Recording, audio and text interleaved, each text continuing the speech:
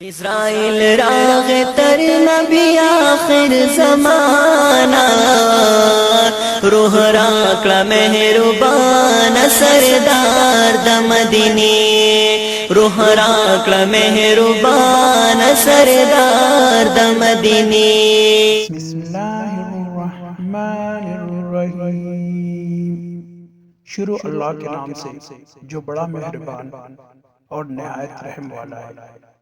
حدیث شریف کا مفہوم ہے، ان حضرت صلی اللہ علیہ وآلہ وسلم سے سنا، آپ صلی اللہ علیہ وآلہ وسلم فرماتے تھے، حلال کھلا ہوا ہے اور حرام بھی کھلا ہوا ہے، اور ان دونوں کے درمیان بعض چیزیں شبہ کی ہیں جن کو بہت لوگ نہیں جانتے کہ حلال ہیں یا حرام۔ پھر جو کوئی شبہ کی چیزوں سے بھی بچ گیا اور اس نے اپنے دین اور عزت کو بچا لیا، اور جو کوئی ان شبہ کی چیزوں میں پڑ گیا، اس کی مثال اس چرواہی کی ہے جو شاہی محفوظ چراگاہ کے آس پاس اپنے جانوروں کو چرائے۔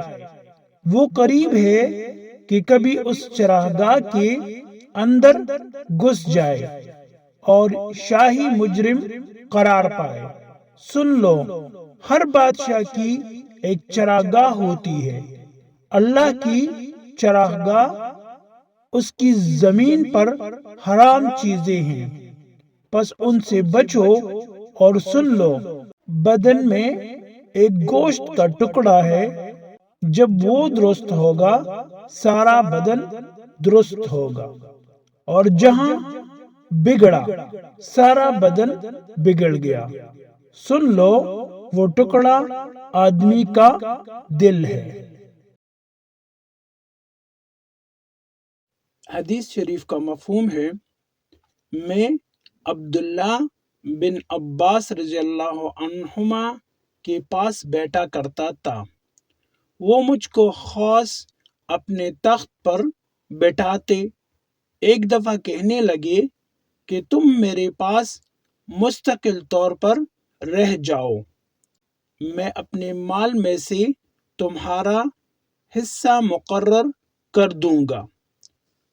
تو میں 2 ماہ تک ان کی خدمت میں رہ گیا۔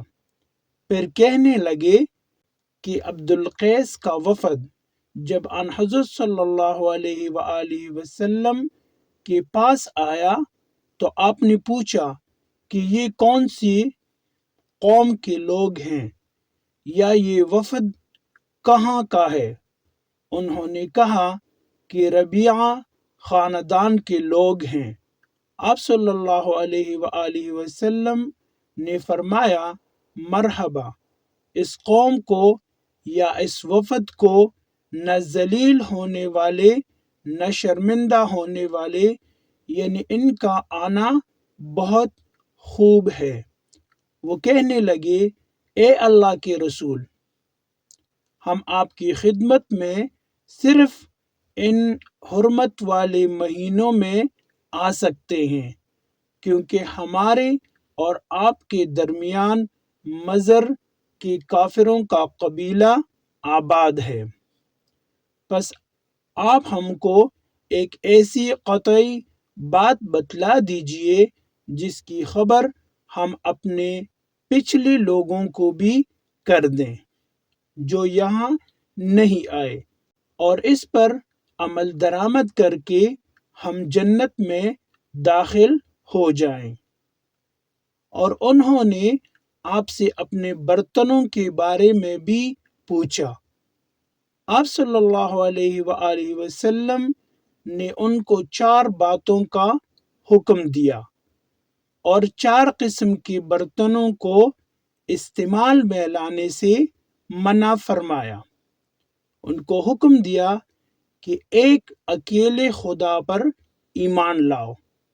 پھر آپ صلی اللہ علیہ وآلہ وسلم نے پوچھا کہ جانتے ہو ایک اکیلے خدا پر ایمان لانے کا مطلب کیا ہے؟ انہوں نے کہا کہ اللہ اور اس کے رسول ہی کو معلوم ہے۔ آپ نے فرمایا کہ اس بات کی گواہی دینا کہ اللہ کے سوا کوئی معبود نہیں، اور یہ کہ حضرت محمد صلی اللہ علیہ وآلہ وسلم اس کے سچے رسول ہیں، اور نماز قائم کرنا اور زکوٰۃ ادا کرنا اور رمضان کے روزے رکھنا اور مال غنیمت سے جو ملے اس کا 5واں حصہ مسلمانوں کے بیت المال میں داخل کرنا، اور 4 برتنوں کے استعمال سے آپ صلی اللہ علیہ وآلہ وسلم نے ان کو منع فرمایا۔ سبز لاکی مرتبان سے اور کدو کے بنائے ہوئے برتن سے، لکڑی کے کھودے ہوئے برتن سے اور روغنی برتن سے، اور فرمایا کہ ان باتوں کو حفظ کر لو اور ان لوگوں کو بھی بتلا دینا جو تم سے پیچھے ہیں اور یہاں نہیں آئے ہیں۔